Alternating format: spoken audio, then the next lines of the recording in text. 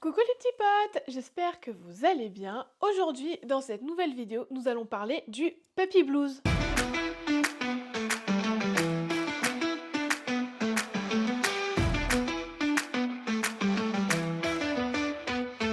Le puppy blues, qu'est-ce que c'est?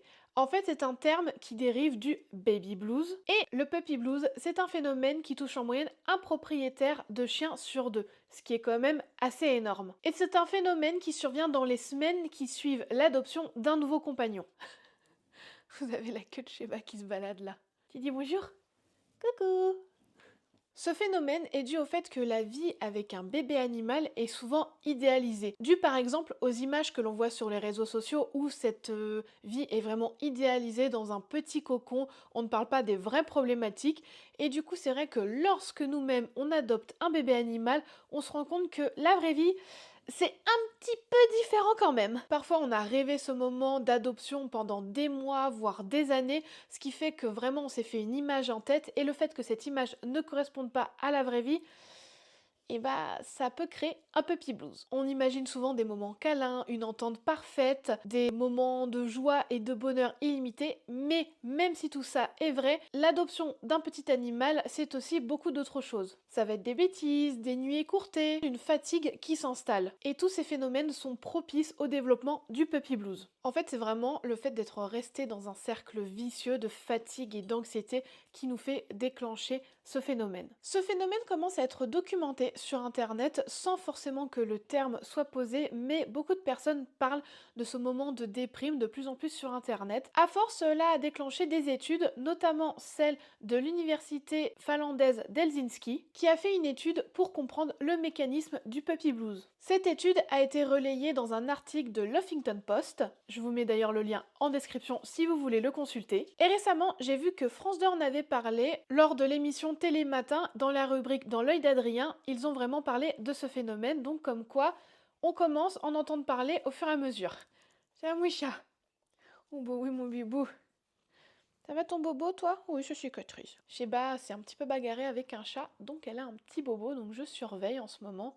Et je pense que la bagarre a dû être sévère parce que maintenant la nuit elle ne veut plus trop sortir, donc bon, on la garde à la maison le temps qu'elle se remette tranquillement. Je profite de cette petite pause pour vous faire le petit laïus habituel. Surtout n'oubliez pas de vous abonner à la chaîne, de liker la vidéo et de mettre un petit commentaire. Par exemple, est-ce que vous connaissiez ce phénomène du puppy blues? Moi j'adore lire les commentaires et y répondre, c'est toujours super enrichissant, donc n'hésitez pas à le faire. Merci d'avance. Le puppy blues, comment ça fonctionne? Comme je vous le disais, c'est un mécanisme qui va être extrêmement proche du baby blues. C'est le fait de d'un coup se rendre compte de la responsabilité qu'on a, la responsabilité envers ce petit être sans défense. Donc quand c'est le baby blues, c'est d'un bébé, et le puppy blues, c'est souvent d'un chiot ou d'un chaton qui est un petit être vulnérable et qui a besoin de nous. Et on sent donc toute cette responsabilité reposer sur nos épaules, et chez certaines personnes, ça peut vraiment les oppresser et créer une anxiété. Malgré le fait que cette adoption d'animal soit quelque chose de mûrement réfléchi, d'une vraie volonté, malgré tout, on peut s'exposer au puppy blues. Et c'est souvent là que surviennent de grandes questions et des incertitudes comme est-ce que j'ai eu raison d'adopter cet animal? Est-ce que je vais réussir à le rendre heureux? Est-ce que je fais bien les choses? Est-ce que je vais y arriver tout simplement? Est-ce que j'en suis capable? Et souvent on se demande aussi est-ce que je suis la bonne personne pour lui ou pour elle? À ça aussi s'ajoute le sentiment d'être submergé, d'être complètement dépassé par les événements et par toutes ces responsabilités. Certaines personnes aussi se sentent un peu oppressées par le changement de vie que demande l'adoption d'un animal, et parfois on ne s'était pas franchement rendu compte des changements que cela allait apporter. Et tout ça engendre vraiment un stress, une anxiété, parfois même de la tristesse et de l'épuisement, et tous ces phénomènes conduisent à cette forme de dépression qu'est le puppy blues. En fait, le puppy blues, c'est une déprime généralement passagère chez la plupart des personnes, qui peut durer de quelques semaines à quelques mois. Et heureusement, dans la majorité des cas, les symptômes finissent par disparaître presque aussi vite qu'ils étaient apparus. Malgré tout, il arrive que chez certaines personnes, à peu près une personne sur 10, ce sentiment persiste au fur et à mesure des semaines et des mois, jusqu'à devenir en fait un état quasi permanent. Et quand ça s'installe de manière un petit peu chronique, c'est là que certaines personnes envisagent de se séparer de l'animal qu'ils avaient adopté. Et ce, malgré l'amour qu'ils portent à leur animal. Et ce qui est important, avant d'envisager cette solution radicale que en plus beaucoup vont regretter par la suite, c'est surtout d'aller consulter des professionnels comme des psychologues qui sauront vous donner une écoute sans jugement et qui sauront vous donner des solutions pour vous aider à comprendre comment vous en êtes arrivé là et quelles sont les solutions pour en sortir. Et pour l'entourage, ce qui va être vraiment important surtout, c'est de ne pas juger les personnes qui sont victimes du puppy blues, car c'est vraiment quelque chose avec un profond mal-être. Et si on rajoute du jugement ou des phrases comme bah tu le voulais, tu l'as eu, ou bah c'était bien la peine de nous embêter avec le fait d'adopter un animal si c'est pour que ça te fasse pleurer, ou des choses comme ça qui vont encore plus accroître le mal-être de la personne. Parce que c'est vraiment un sentiment qui est incontrôlable et qui a besoin de s'exprimer pour pouvoir disparaître par la suite. Donc en tant qu'entourage, il faut vraiment accompagner les personnes, les aider, les conseiller dans la bienveillance et surtout, je le répète, sans jugement. Je vais maintenant vous faire un petit témoignage, le mien, de ma propre expérience. En fait, lorsque j'ai adopté donc Tara, qui est ici, là, qui est derrière moi. En fait, Tara, je l'ai adoptée lorsqu'elle avait 2 mois. Et je pense que tout mon entourage pourrait en témoigner que Tara, c'était l'animal le plus attendu qui puisse exister, dans le sens où ça faisait des années que je bassinais tout le monde avec le fait de pouvoir adopter un bouvier bernois. Vraiment, c'est toujours d'ailleurs ma race de cœur, la race de ma vie. Et d'ailleurs, je ne regrette pas du tout. Tara, c'était vraiment une chienne qui était voulue. Je me sentais prête, j'étais documentée en plus de par mon cursus scolaire, donc vraiment, je me sentais prête. Et en fait, lorsque je suis allée la chercher donc à l'âge de 2 mois, et qu'on me l'a mis dans les bras, en fait, l'éleveuse l'a pris et me l'a mis dans les bras tout de suite, je me suis sentie mais submergée avec comme un couperet qui me tombait sur les épaules, comme si d'un coup toutes les responsabilités me tombaient dessus et que je me dis mais comment je vais faire pour m'occuper comme il faut, pour entretenir ce petit être sans défense?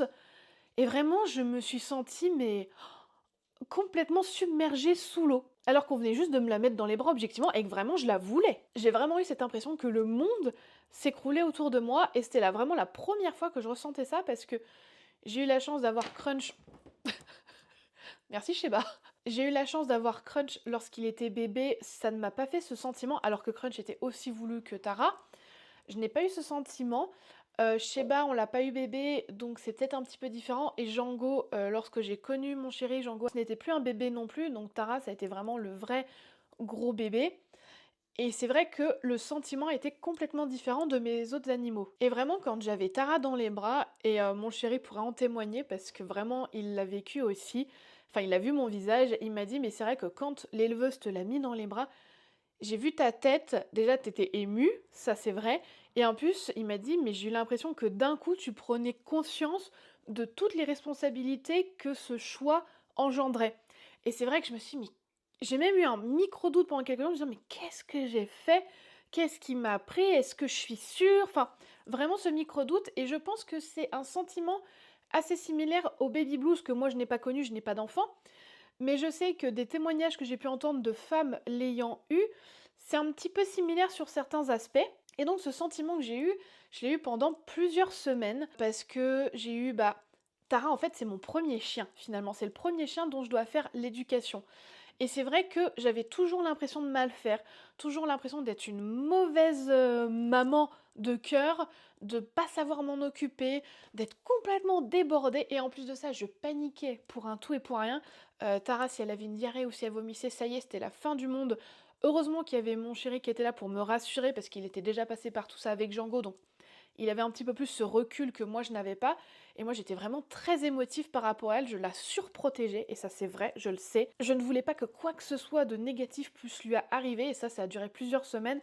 Après finalement j'ai pris du recul et j'ai réussi à me sortir de ça. Pardon, j'ai le menton qui me gratte. Mais à l'époque, je n'avais pas conscience que c'était vraiment du puppy blues. D'ailleurs je crois qu'à ce moment-là je ne connaissais pas ce terme. Donc voilà, je ne m'en rendais pas compte, mais c'est vrai que ça a duré plusieurs semaines où je me posais la question de est-ce que je fais bien? Est-ce qu'elle va être heureuse avec moi? Est-ce qu'elle va m'aimer? Vraiment, c'est vraiment des questionnements très humains, mais c'est vraiment est-ce qu'elle va m'aimer? Est-ce que je vais la rendre heureuse?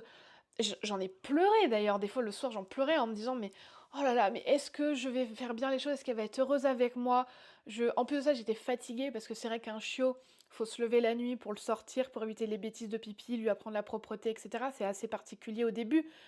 Mais c'est vrai que ça a été dur et vraiment, c'est une période à la fois avec laquelle je me rappelle où j'ai «souffert» entre guillemets, mais à la fois c'était une belle période parce que Tara était petite, elle découvrait tout, elle apprenait toute la vie, c'est sa période de socialisation donc c'était super intéressant et constructif.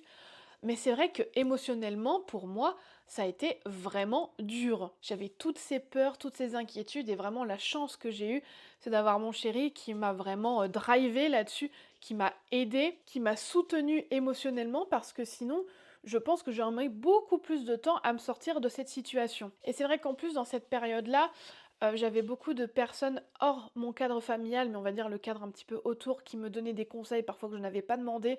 Du coup, à force, je ne savais plus quoi faire, ce qui était bien, ce qui était mal, ce qu'il fallait faire, ce qu'il ne fallait pas faire. Je savais plus. Et heureusement à un moment, je me suis dit, je ne vais écouter qu'une seule personne, c'est mon chéri, parce que c'est la personne en qui j'ai le plus confiance, la personne qui, à mes yeux, a le plus d'expérience et les mêmes valeurs en ce qui concerne les animaux que moi.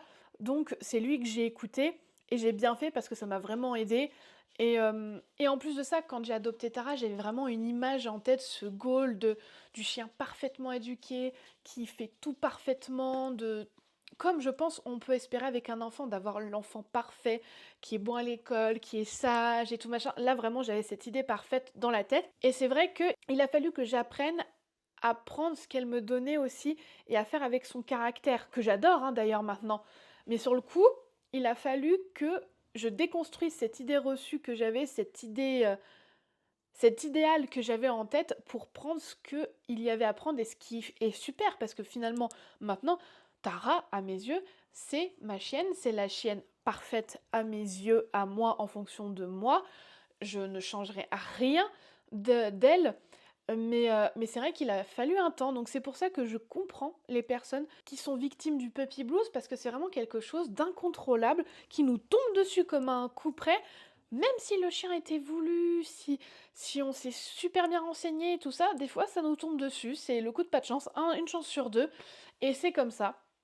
Donc voilà, tout ça pour vous dire que franchement, ça passe. Si vous êtes accompagné par des personnes bienveillantes qui ont les mêmes valeurs que vous, franchement, ça passe. C'est une mauvaise période à passer, mais ça passe. Et après, c'est que du bonheur, sincèrement. Une fois que je suis sortie un peu de ce cercle vicieux, c'est vrai que j'ai vu les choses de manière beaucoup plus apaisée et sereine. Et ça m'a vraiment aidée.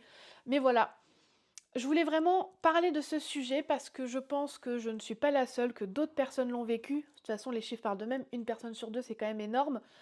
Donc, je veux vraiment que les personnes qui sont en plein puppy blues, là par exemple, se sentent légitimes. C'est pas grave, ça va passer. Faut serrer les dents et ça va passer. En tout cas, moi, je vous comprends et je ne vous juge pas. Vraiment, prenez soin de vous. N'envisagez pas d'abandonner votre loulou parce que sincèrement, vous allez le regretter. Moi, heureusement, mes pensées n'ont pas été jusque-là. Mais je peux comprendre que certaines personnes qui sont complètement submergées puissent avoir ce sentiment. Le tout, c'est de ne pas passer à l'acte, parce qu'il ne faut pas oublier ce pourquoi vous avez choisi d'acquérir un petit loulou. Mais voilà, prenez soin de vous, essayez de vous recentrer et essayez de prendre du recul sur la situation. C'est le meilleur conseil que je peux vous donner. Et voilà, c'est tout pour cette vidéo qui était beaucoup plus courte que celle de juste avant, mais c'était vraiment un sujet important, je trouve. Et j'espère sincèrement que la vidéo aura pu vous aider et à faire en sorte que vous vous sentiez moins seul dans cette situation. Et voilà, c'est à peu près tout ce que je voulais vous dire. J'espère, comme je vous l'ai dit, que cette vidéo vous aura plu. Et en attendant la prochaine, je vous dis à très bientôt sur nos petits potes.